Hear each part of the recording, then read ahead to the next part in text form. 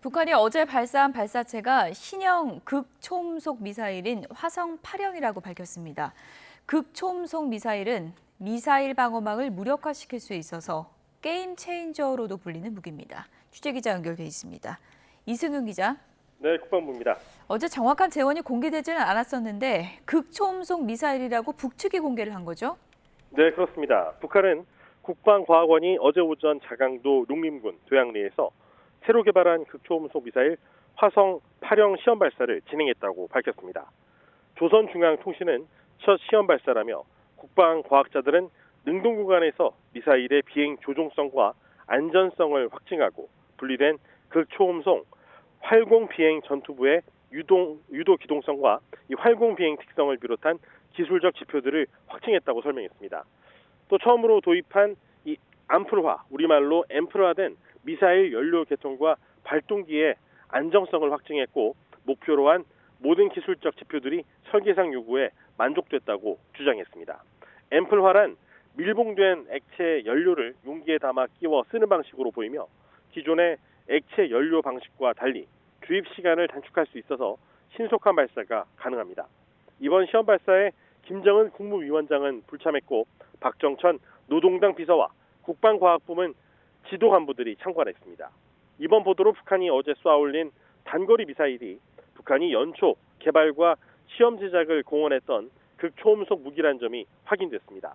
북한이 김여정 노동당 부부장 담화를 통해 연이어 우리 정부에 대한 유화적인 담화를 낸 뒤에 이런 신무기를 발사한 배경에 관심이 쏠립니다.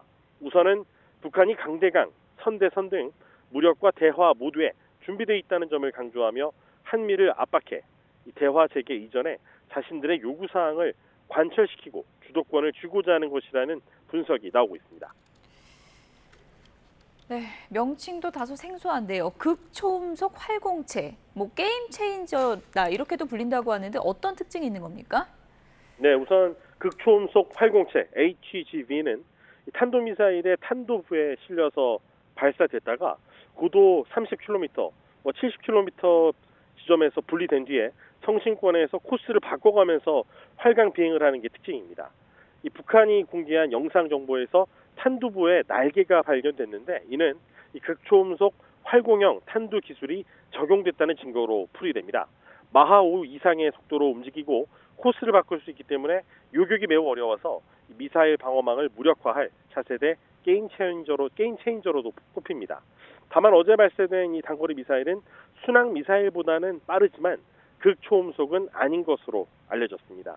김 위원장은 지난 1월 8차 노동당 대회 사업총화 보고 당시에 가까운 기간 내에 극초음속 활공 비행 전투부를 개발 도입할 때 대한 과업이 상정됐다고 밝힌 바가 있습니다. 다만 김 위원장의 불참은 신무기들이 시험 개발 단계인 점을 고려한 것으로 풀이됩니다. 북측은 미사일 사거리와 속도 등 구체적인 재원을 밝히지 않았고 기술적 지표를 확증했다고만 해서 이 시험 발사가 마무리되지 않았을 가능성도 제기되고 있습니다. 또 전문가들은 이 북측이 밝힌 미사일 명칭이 화성 8형이라는 점에서 액체 연료 엔진에 기반한 이 탄도미사일 계열로 파악을 하고 있고 이 주 엔진이 1개, 보조 엔진이 4개인 점으로 미뤄볼 때 단거리 미사일이라기보다는 이 주일 미군 기지까지 타격할 수 있는 중장거리 미사일의 축소 발사가 이루어진 것으로 보고 있습니다. 그래서 앞으로 북한이 이 사거리를 늘려가는 시험 발사가 앞으로 계속 진행될 것이다 이렇게 관측을 내놓고 있습니다. 이어 북측이 밀봉을 통해서 액체 연료를 오래 보관하는 이른바 앰플 방식을 공개한 건 발사 한두 시간 전에 이 액체 연료 주입 과정에서 한미 정보 자산에 포착될 수 있는 이런 액체 연료 미사일의 단점을 극복하고 출력의 장점을 이용하려는 것으로 이 군사적 위협이 될 수 있다는 분석을 내놓고 있습니다. 이 앰플화 기술을 통해서 구형 액체 연료 엔진 미사일도 위협적인 HGV 발사용으로 재활용될 수 있다는 점을 이번에 보여줬다는 설명입니다. 합참은 이 북한의 극초음속 미사일이 개발 초기 단계로 실전 배치까지는 상당한 기간이 소요될 것으로 판단한다면서 첫 공식 평가를 내놨습니다. 또 한미연합 자산으로 이 북한의 극초음속 미사일이 요격 가능한 수준이라고 덧붙였습니다. 지금까지 국방부에서 YTN 이승윤입니다.